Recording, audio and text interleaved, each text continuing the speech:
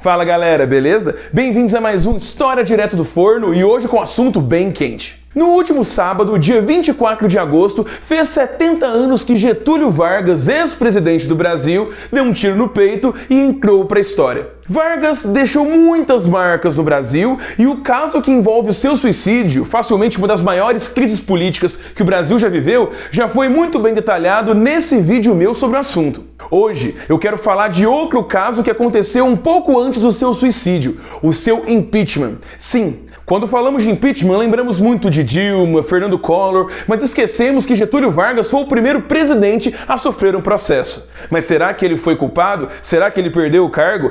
Fica aí que a gente já vai falar sobre isso. Mas antes, deixa aí o gostei no vídeo, se inscreve no canal e se curtiu, compartilha com os amigos. Agora, sem papo furado, vamos logo pro vídeo. Pra gente começar direitinho, deixa eu falar um pouco do contexto. Vargas assumiu a presidência do Brasil em 1930, na chamada Revolução de 30, pegando o poder do paulista recém-eleito Júlio Prestes. Sim, Vargas não foi eleito em 30, ele pegou o poder. Dali, ele vai governar até 1945 num misto de governos constitucionais, eleitos, ditadura e sai justamente porque o sistema político pressionou ele demais e ele achou melhor dar uma retirada da política. Essa retirada nada mais era do que ser eleito senador, não ir trabalhar e ficar cuidando das suas fazendas no sul. Porém, lá em 1950, nas eleições que vamos ter para presidente, Vargas vai tentar novamente e não só tenta, como ganha e se torna presidente novamente, agora eleito sob a égide da Constituição de 1946, feita justamente após a saída do governo Vargas no chamado período Estado Novo, a ditadura de Vargas. Mais do que uma nova Constituição, após 46 o Brasil encontra todo um novo sistema partidário. Os partidos que antes existiam lá na República Velha, estaduais, focados muito no agro, entre outras coisas, deram espaço para partidos nacionais, como a UDN, a União Democrática Nacional, antivarguista e de caráter de direita, o PSD, o Partido Social Democrático, basicamente o centrão da época, que reunia principalmente elites regionais e tinha uma ideologia política bastante difusa, e por fim o PTB, o Partido Trabalhista Brasileiro. Ele tinha uma agenda mais à esquerda e pró-trabalhadores. O PSD e o PTB eram partidos fundados por Vargas, enquanto a UDN era contra o Vargas. Então, mesmo com Vargas saindo do poder em 45, os partidos políticos que surgiram acabaram tendo ele como referência para amar ou odiar. Quando se candidata a senador após 45 e depois candidato a presidente em 50, Vargas sai pelo PTB, justamente colocando a sua alcunha de pai dos pobres como sua maior ferramenta eleitoral. Dessa maneira, quando Vargas se ganha a eleição em 50, a gente tem duas formas de propaganda. Primeiramente, a clássica música Bota o retrato do velho outra vez. Bota o retrato do velho outra vez, bota no mesmo lugar. Bota o retrato do velho outra vez, bota no mesmo lugar. O sorriso do velhinho faz a gente trabalhar. O sorriso do velhinho faz a gente trabalhar. E a segunda, a retomada dos direitos trabalhistas e um governo muito mais pró-trabalhadores do que aconteceu durante o Estado Novo. Então, a gente tem esse contexto que vai fazer Vargas começar no seu governo e vai gerar inúmeros problemas, já que, acima de tudo, a partir da década de 50, o Brasil já está no grande jogo geopolítico da Guerra Fria, sendo que o Brasil escolheu o lado dos Estados Unidos frente aos seus opositores na União Soviética. Depois desse contexto, é importante falar do governo democrático de Vargas, que se inicia em 51 e vai até 54, ano da sua morte. O governo do Vargas agora tem uma postura cada vez mais reforçando muitos dos aspectos que ele achava positivos durante o seu governo de 30 a 45.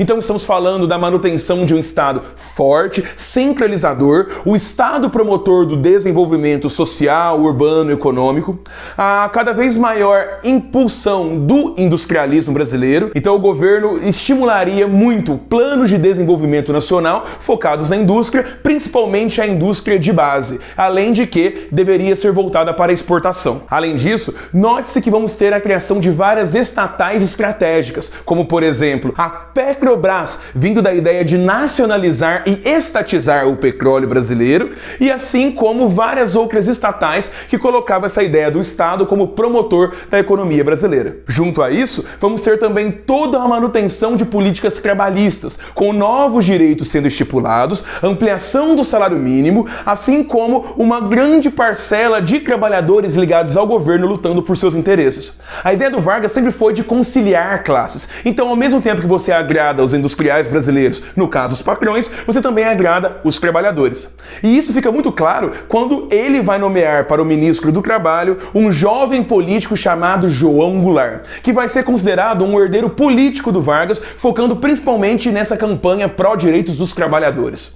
Isso, inclusive, vai ser um dos pivôs da crise que vai resultar no processo de impeachment de Vargas, porque em 1953, João Goulart assina a atualização do salário mínimo. Agora, o salário mínimo passaria por um reajuste de 100%, o que deixou muita gente muito surpresa, principalmente a classe média brasileira e, claro, todo o empresariado, focado principalmente na ideia que teria que pagar mais para os trabalhadores, mas, claro, considerando o custo que isso deveria ter para as empresas brasileiras, gerando muita crise entre o empresariado e o governo. Muitos, inclusive, vão falar que essas políticas se inspiram no comunismo e nessa geopolítica da Guerra Fria, muita gente vai colocar o Vargas, o mesmo cara que caçou o PCB, o Partido Comunista Brasileiro, lá no Estado Novo, mandou prender o Luiz Carlos Prestes, mandou para a Alemanha a própria Olga Benário Prestes. Então, pra vocês verem essa ironia da vida. Um cara que perseguiu tanto, agora era o comunista da vez. E falando de legislativo, temos que entender que o Brasil não depende só da vontade do presidente. Temos todo um jogo político, é por isso que eu expliquei os 3 maiores partidos.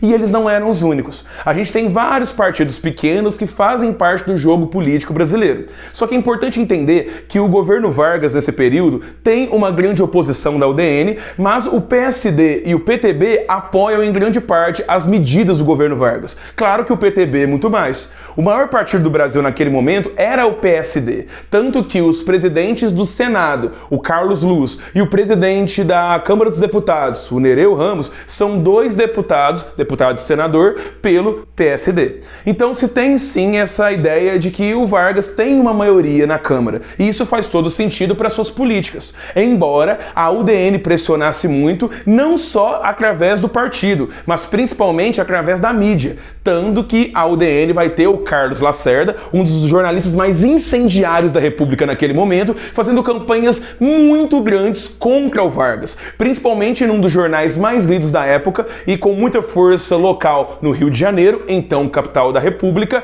o Tribuna da Imprensa. O Carlos Lacerda atacava diariamente o governo Vargas, chamando ele de comunista, corrupto, entre outras coisas. E é importante entender esse cenário porque é justamente da mídia que surgem as maiores crises. Antes da gente falar do suicídio, que, como eu disse, já temos um vídeo aqui, então não vou me detalhar sobre, temos que entender que o Carlos Lacerda, jornalista, não só fazia oposição ao Vargas, mas fazia oposição também à imprensa varguista. E aí a gente tem que falar de um carinha chamado Samuel Weiner, o fundador do jornal Última Hora.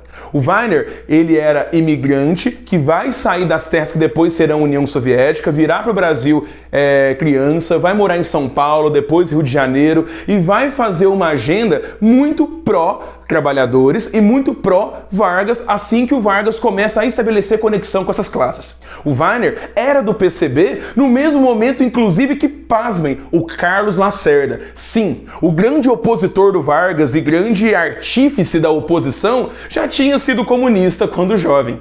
E o Weiner conhecia o Lacerda dessa época, eles eram, inclusive, grandes amigos do passado.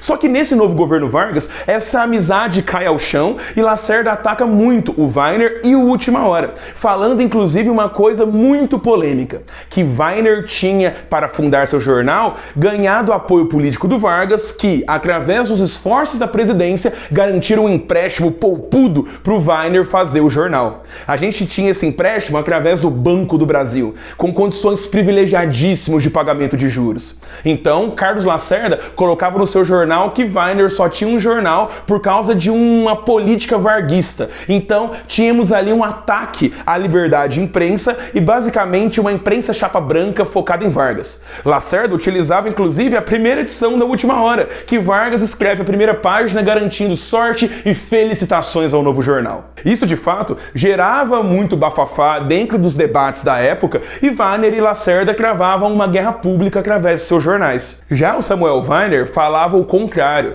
que a ação do Vargas era para promover a verdadeira liberdade de imprensa, já que naquele momento momento, a maioria dos jornais estaduais e mesmo nacionais eram controlados por duas famílias. A família Marinho, com o jornal O Globo do Rio de Janeiro, e a família Chateaubriand, de Assis Chateaubriand, o magnata da imprensa brasileira, que era dono do Diários Associados, uma empresa de jornalismo que controlava grande parte dos diários, dos jornais regionais, principalmente os que começavam com o título O Estado. Então o Estado de São Paulo, o Estado de Minas, eram todos dentro da dinâmica do Chateaubriand. E tanto a família Marinho quanto o Chateaubriand tinham uma ideologia oposta ao governo Vargas e utilizavam dos jornais para atacar o presidente na época. Então percebam que tem sim uma grande guerra na imprensa, além da guerra partidária e de todas as crises políticas e debates naturais do governo que envolviam essa administração Vargas de 51 a 54. E aqui a gente fala do impeachment, porque justamente essas negociações do Vargas com o Weiner, assim como toda a questão da atualização do salário mínimo, dos 100%, geraram uma grande interlocução com a sociedade. Militares assinaram em 53 o Manifesto dos Coronéis, falando que era um absurdo praças e baixos oficiais terem um aumento no salário que chegaria quase ao honorário dos oficiais. Isso já colocava as Forças Armadas em prontidão, em grande parte no caso, contra ações do governo Vargas. Esse tipo de manifesto, essa crise com a opinião pública, essa divisão entre pró-Vargas e anti-Vargas vão fundamentar o pedido de impeachment que vai ser contra o Getúlio Vargas ainda em 53, assinado por um militante da UDN chamado Wilson Leite Passos, que já tinha opiniões muito radicais para a época, não contra Vargas, mas sim pegando uma vertente da direita extremamente nacionalista e focada na eugenia. O próprio Wilson era muito focado em políticas municipais para fazer planejamento familiar, noção de quantos filhos você vai ter, assim como alguns argumentos sobre melhoramento do brasileiro. Então esse papo era um pouco complicado demais num mundo que tinha acabado de ver o Holocausto. Ele não tinha nenhum cargo político ainda, mas ele já participava ativamente das reuniões da UDN. Esse fundamento do impeachment que ele vai fazer, inclusive, esse pedido, vai ser aceito no Congresso Nacional por muita pressão da UDN, fazendo com que o presidente da Câmara, o Nereu Ramos, aceite essa questão do inquérito, mas é justamente esse processo de impeachment que vai lançar depois o Wilson como político. Ele vai ficar famoso como o cara que fez o processo contra o Getúlio. E esse processo segue todo um rito. E é bem interessante entender isso porque ainda não se tinha tido um impeachment no Brasil. Desde a Constituição da República, em 1891, a análise do impeachment era baseada na legislação americana, justamente porque desde o começo da República se tinha uma inspiração dos Estados Unidos muito forte. Dito isso, o impeachment lá nos Estados Unidos era utilizado para cargos do executivo que acabassem fazendo ações que fossem fazendo traição contra a pátria, uma má administração do serviço público, a simples conduta imoral de certos líderes. Então se tinha uma maneira de punir líderes. No caso do Brasil, o impeachment ainda não tinha sido tratado, mas é através da lei de 1950, sim, 50, que a gente vai ter uma regulamentação de todo um rito para acontecer o impeachment, assim como uma maior tipificação de quais são os crimes de um membro do executivo para passar pelo impeachment. Vargas vai ser justamente o primeiro alvo disso, justamente num governo anterior ao seu, que era o governo Dutra que acabou votando essa lei. Olha como as coisas de médio prazo acabam tendo interferência. Então, esse processo acontece, o rito do impeachment acontece, há toda uma argumentação, há todo um debate, mas as principais acusações eram justamente três. O tanto que nós teríamos uma crise política através do aumento do salário mínimo, o favorecimento do jornalista Samuel Weiner, que teria tido uma posição privilegiada derivada de uma posição imoral do Vargas, favorecendo um cidadão perante outros, justamente em prol dos seus interesses, no caso, fazendo notícias que favorecessem o governo Vargas. E, por fim, nós teríamos também a implantação de uma república sindicalista. O argumento que Vargas estaria mais pró a União Soviética e fazia um governo justamente focando em ajudar os trabalhadores de um jeito que seria ruim para a nação. Esses argumentos foram muito argumentados no Congresso, foram muito debatidos na opinião pública, só que o ponto é que Vargas tinha uma grande posição no Congresso. Muitos deputados eram fiéis a ele. E essa força política do Vargas fica clara no dia da votação do processo de impeachment, que vai acontecer em junho de 1954, 2 meses antes do suicídio do Vargas. Nisso, nós vamos ter 136 votos contra o impeachment, 35 a favor e 40 abstenções, mostrando claramente que Vargas, por mais que tivesse toda essa polêmica e um forte embate na opinião pública, tinha uma força no Congresso ainda presente. Só que, claro, a partir do processo do impeachment, nós vamos ter outras crises, fazendo com que o Vargas nem consiga comemorar essa vitória política. Logo teremos o atentado da Rua Toneleiro, a tentativa de assassinato contra o Carlos Lacerda, que vai matar inclusive um major da aeronáutica que estava com ele no caso, fazendo com que os militares pressionem demais o governo, e aquele ano de 54, num prazo de 2 meses entre o impeachment e o suicídio, façam a vida do Vargas um inferno, a ponto das condições acontecerem para ele se sentir pressionado a se matar em 24 de agosto de 54. Então percebam que, curiosamente, antes dessa pressão toda do atentado, antes do suicídio, Vargas teve uma vitória política. Ele resistiu à questão dos seus opositores, e isso não foi nem aproveitado. Mas é muito válido de se ressaltar isso, porque mostra como nós temos tons de cinza e pequenas vitórias quando falamos de política. Vargas deixa a vida para entrar na história, mas o legado dele acaba impactando bastante a nossa vida no Brasil. Fale bem, fale mal, falem de Vargas. Eu, particularmente, tenho opiniões muito contrárias ao governo dele, mas querendo ou não, eu não posso deixar de falar. Bom, espero que tenham gostado desse vídeo. Galera, coloquem aí nos comentários sugestões, deem um like no vídeo que ajuda a gente demais, e eu vejo vocês semana que vem com mais um História Direto do Forno. Até lá!